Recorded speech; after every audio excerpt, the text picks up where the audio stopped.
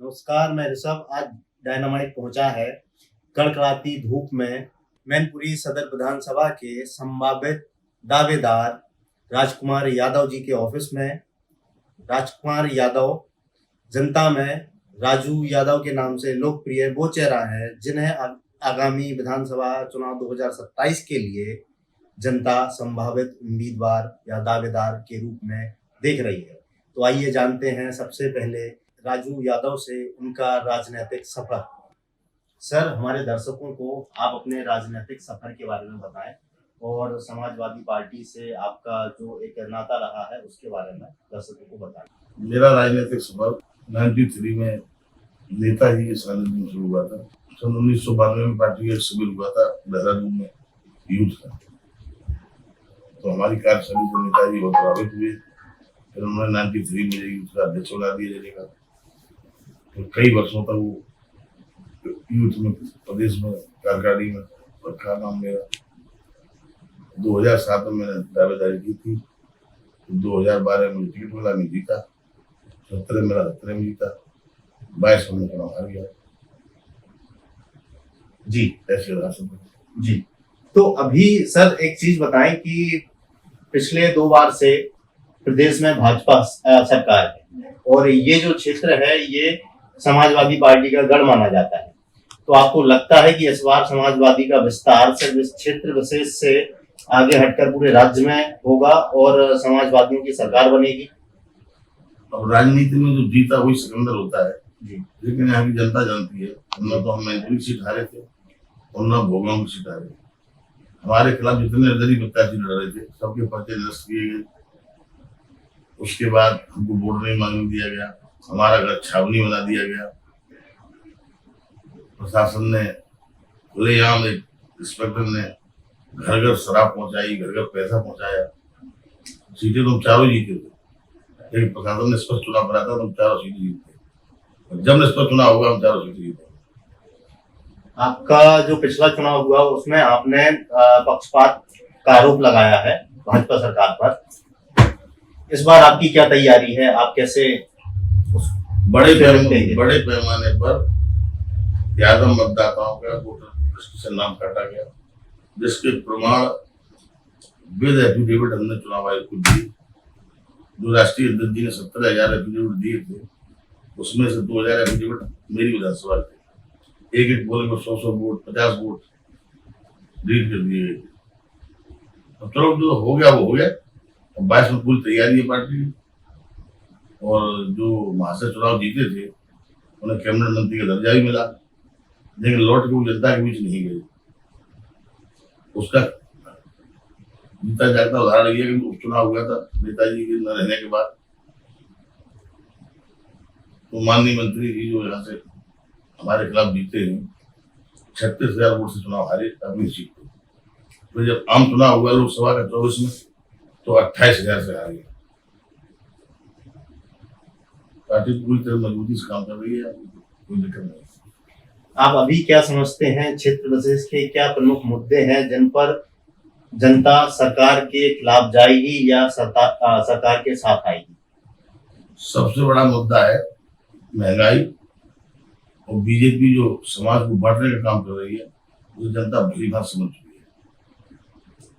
ये जो बंटवारे की राजनीति करते हैं उससे जनता बहुत आगे जा चुकी है और महंगाई चरम सीमा पर है।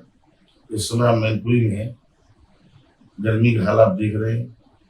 और आज सुबह 4 बजे लाइट गई थी तो 11 बजे आई। 11 बजे लाइट आने के बाद लाइट फिर 12 बजे चली गई।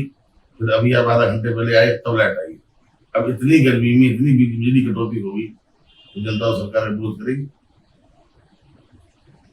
आप अगर उम्मीदवार बनते हैं समाजवादी पार्टी से और अपनी आप दावेदारी पेश करते हैं तो आप जनता को किन बातों के लिए आश्वस्त करना चाहेंगे और किन विषयों पे आप जनता के लिए काम करेंगे अपने आगामी पंचवर्षीय उसके लिए आप बताएं एक बार।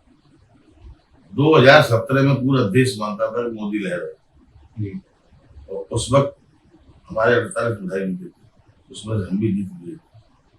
और इसलिए जीते गए थे कि मैनपुरी का जितना विकास 2012 से 17 के बीच में हुआ अखिलेश जी की सरकार में उतना विकास कभी नहीं हुआ। मैनपुरी जनपद में जो भी कार्य आपको दिखाई दे रहा है, या तो माननीय मुलायम सिंह यादव जी की सरकार में हुआ हुआ, नेताजी की सरकार में, या जो 5 साल की सरकार माननीय अखिलेश भैया की चली, ये सब विकास उन्हीं सालों का है। 10 साल से बीजेपी की सरकार, सौभाग्य से पिछली सरकार में भी यहाँ कैबिनेट मंत्री के पद था, आबकारी मंत्री, कैबिनेट मंत्री थे, इस बार पर्यटन मंत्री हैं। कोई भी एक ऐसा काम नहीं करा सकते हर विधानसभा में 10-10 करोड़ का जो कराया हो, इसकी लागत 10 करोड़, केवल फर्जी बयानबाजी होती है। विकास से वंचित है यह क्षेत्र, क्योंकि यह समाजवादियों का क्षेत्र कहा जाता है। विकास से वंचित तो नहीं, विकास तो समाजवादी पार्टी सरकार जब बनी तो कराया, लेकिन विकास तो निरंतर भाजपा का विकास तो निरंतर चलता रहना चाहिए। जब आप सड़कें बनाएंगे तो टूटेंगी, दोबारा बनेगी। विकास तो निरंतर होना चाहिए। पिछले 10 सालों में विकास रुक गया प्रदेश का।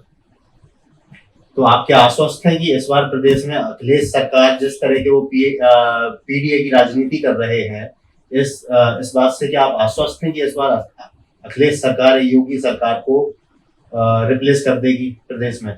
जिस तरह जनता ने पीडीए का फार्मूला लोकसभा चुनाव में सफल किया, उसी तरह 27 में भी इससे और चौंकाने वाले परिणाम रहेंगे और पूर्ण उनकी सरकार बनाएंगे। अभी डिम्पल यादव जी ने अभी हालिया मीटिंग में एसआईआर का मुद्दा उठाया और उससे जुड़े बातों पे उन्होंने सवाल उठाए सरकार से। आपका उस विषय में क्या कहना है? एसआईआर का मुद्दा उठाया है हमारे माननीय लोकप्रिय सांसद जी ने, बिल्कुल सही उठाया है। अभी हमारे एक डेलीगेशन जिलाधिकारी महोदय से मिला था। हर विधानसभा में 5 से 6,000 वोट ऐसे हैं जो रिपीट वोट है। जैसे हमारा नाम राजू है, तो लगातार 5 जगह राजू यादव वोट लिखा हुआ है, एक एड्रेस लिखा हुआ है। तो पूरी लिस्ट हमने निकलवा के दी है कि जब इतनी गंभीरता से एसआईआर कराई गई तो ऐसी गलती कैसे होगी। उसकी हमने मांग की वोटों को डिलीट किया जाए। क्या एसआईआर के लिए जो समाजवादी पार्टी का संगठन है वो तत्परता से मुखरता से इन चीजों को उजागर करने में लगा हुआ है? क्या संगठन से आपको कोई निर्देश मिले हैं? संगठन से समय समय पर निर्देश मिलते रहते हैं, हम लोग उसका पालन करते हैं। लेकिन सबसे बड़ी बात यह है कि जितनी डींगे चुनाव आयोग हाँक रहा है, पहले ये था कि चुनाव आयोग का पोर्टल 24 आवर्स खुला रहता था। अगर कोई मतदाता अपना वोट स्वयं बनाना चाहता है ऑनलाइन तो बना सकता था। अब उसको बार बार बदलना, ऐसी पेचीदगियां कर दी गई हैं कि कम पढ़ा लिखा आदमी वोट बना नहीं सकता उस पर। पहले लोग पब्लिक पोर्टल पर जाके अपना वोट बना लेते थे ऑनलाइन। हम तो ये मांग कर रहे हैं कोई ऐसा सुगम ऐप आए जो जिस आदमी का वोट नहीं बना है तो स्वयं अपना वोट ऑनलाइन बना ले। अगर बीएलओ नहीं बनाता है तो स्वयं बना ले, लेकिन उसमें इतनी जटिलताएं कर दी गई है कि लोग नहीं बना पा रहे। तो जैसा कि आपने देखा, सदर मैनपुरी के लोकप्रिय नेता राजू यादव जी ने बताया कि मैनपुरी क्षेत्र के विशेष जो समस्याओं में से एक बड़ी महती समस्या है बिजली की कटौती की, और वो भी इतनी भीषण गर्मी में, और ये समस्या निरंतर बनी हुई है। साथ ही में उन्होंने बताया कि भाजपा सरकार के दौरान यह क्षेत्र विशेष विकास से वंचित भी है, विकास को सुचारू रूप से क्रियान्वित नहीं किया जा रहा है। तो इस तरह से उनका कहना है कि क्षेत्र की जनता इन सब विषयों पर भाजपा सरकार के खिलाफ जाएगी। धन्यवाद राजू यादव जी, डायनामाइट न्यूज से जुड़ने के लिए। यह थी हमारी खास पेशकश। जुड़े रहिए डायनामाइट न्यूज के साथ। मैं हूं ऋषभ, देखते रहिए डायनामाइट न्यूज।